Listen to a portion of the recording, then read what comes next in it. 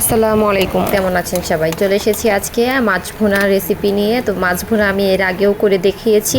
তো অনেকেই বলেছে আমার রান্না কিভাবে এত মজা হয় বা কেন এত আমার রান্না দেখতে সুন্দর দেখায়।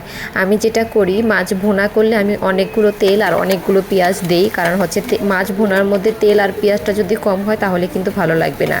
আরেকটা মেন কারণ হচ্ছে, আপনারা যখন মশলা দিবেন অবশ্যই মশলাটা পানির মধ্যে দেওয়ার চেষ্টা করবেন, কারণ আপনারা যদি তেলের মধ্যে মশলা দেন মশলাটা কিন্তু পুড়ে যায় এবং কালারটা নষ্ট হয়ে যায়, দেখতে ভালো লাগে না। তাই আমি তেলের মধ্যে আদা রসুন দিয়ে একটু ভাজা ভাজা করে তারপর পানি দিয়ে দিই, তারপর পানির মধ্যে বাকি মশলাগুলো দিয়ে দিই। আর মশলাটা সুন্দর করে কষাতে হবে, যে মানে তেল ছিটার উপরে, তারপর মাছটা দিয়ে দিতে হবে। যখন দেখবেন মশলাটা তেল ছিটে গেছে তখনই বুঝবেন যে মশলাটা পারফেক্টভাবে কষানো হয়ে গেছে। তারপর আমি মাছগুলো দিয়ে দিয়েছি। আমি কাঁচা মাছ ভুনা করতে খুবই পছন্দ করি। অনেকে মাছ ভেজে ভুনা করে, আমার ভাজার গন্ধটা খুব একটা ভালো লাগে না।